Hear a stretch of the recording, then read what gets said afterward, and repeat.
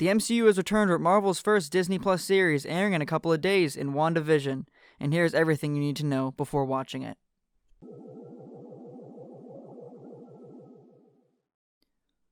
Welcome to All New Nerds. Thank you so much for clicking on the video. Be sure to subscribe if you have not already, like the video, and all that good stuff. WandaVision is a 9-episode live-action series that premieres its first 2 episodes on January 15th on Disney+. No official word has been said on what time it will release just yet, but Disney Plus has a track record of releasing episodes at 12 a.m. Central Time and 3 a.m. Eastern Standard Time. WandaVision is our first look into Phase 4 of the Marvel Cinematic Universe. Originally, this wasn't the plan, but due to the pandemic, Marvel has had to redo their schedule, and they are kicking off with this series. We last left the series leads, Wanda Maximoff, played by Elizabeth Olsen in Avengers Endgame at Tony's funeral, and Vision, played by Paul Bettany, who died by Thanos' hand in Wakanda in Avengers Infinity War. They both first appeared together in the MCU in Avengers Age of Ultron back in 2015. Now, Wanda actually did show up in an end credit scene in Captain America the Winter Soldier for Age of Ultron. And Vision's actor, Paul Bettany, has been in the MCU since the beginning, playing Jarvis since the first Iron Man movie, which is a character that evolved into Vision.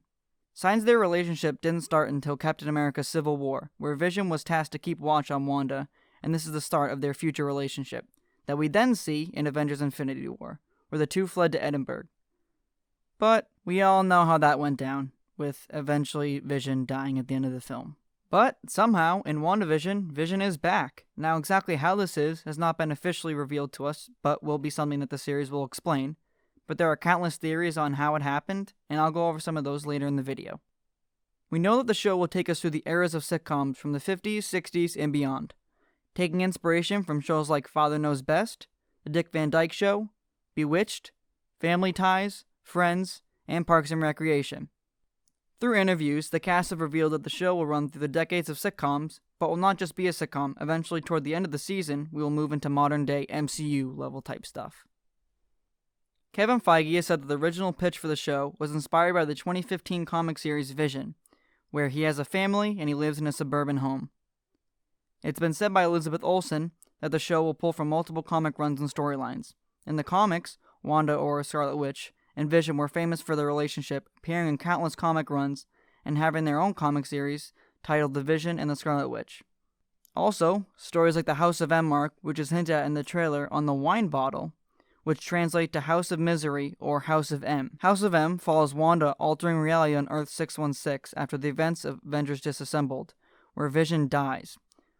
One thing to note from this storyline is Wanda creates 2 children in this new reality with Vision, and if we go to the new WandaVision trailer, we see that Wanda and Vision have children at some point in the show. In the comics, the children grow up to be founding members of the Young Avengers, Wiccan and Speed.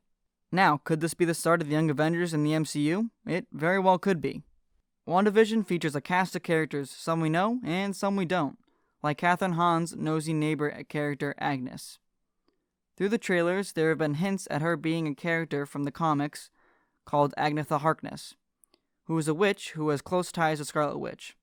One hint is her costume in the Halloween scenes is a witch. Also, this is the return of Monica Rambeau, who is a major character in the comics, going under many aliases like Spectrum and even Captain Marvel. And it is expected that she will gain powers and become Spectrum in WandaVision. She has actually appeared in the MCU before, as a child in 2019's Captain Marvel, played by Akira Akbar, and now she is all grown up and played by Tiana Paris. In the show, Monica is an agent of an organization in the comics called SWORD, which stands for Sentient World Observation and Response Department. And this is not the title of the organization in WandaVision. It was recently revealed by Topps that SWORD in the MCU stands for Sentient Weapon Observation Response Division. SWORD is supposed to play a role in the entirety of the MCU for Phase 4. Other agents of SWORD in the show include Randall Park's Jimmy Woo, who we have met in Ant-Man and the Wasp, as well as Darcy Lewis, who appeared in the first 2 Thor films. Some roles in the show are shrouded in complete mystery. Evan Peters is set to have a role in the show. It is not known who he will play, but it is very coincidental because he played Quicksilver in the Fox X-Men films, and Quicksilver is the brother of Scarlet Witch. So take that with a grain of salt, but definitely has my eyebrow raised. One looming question still remains over the show. Who is the villain? Most signs point to it being the character of Mephisto from the comics, who is essentially the devil of the Marvel Universe. Who he could be played by remains a mystery, but Paul Bettany did recently say that there is a famous actor that he himself has wanted to work with for a long time. My idea is that it could be the actor playing Mephisto, but we will have to wait and see. Just in case, I'm going to throw up the spoiler warning. This is somewhat of a spoiler, so skip 20 seconds if you don't want to hear it. Okay, so Benedict Cumberbatch is set to be returning as Doctor Strange in the show. What his role will be is unknown, but nonetheless, it is very, very cool. Okay, spoilers are good, so they're out of the way.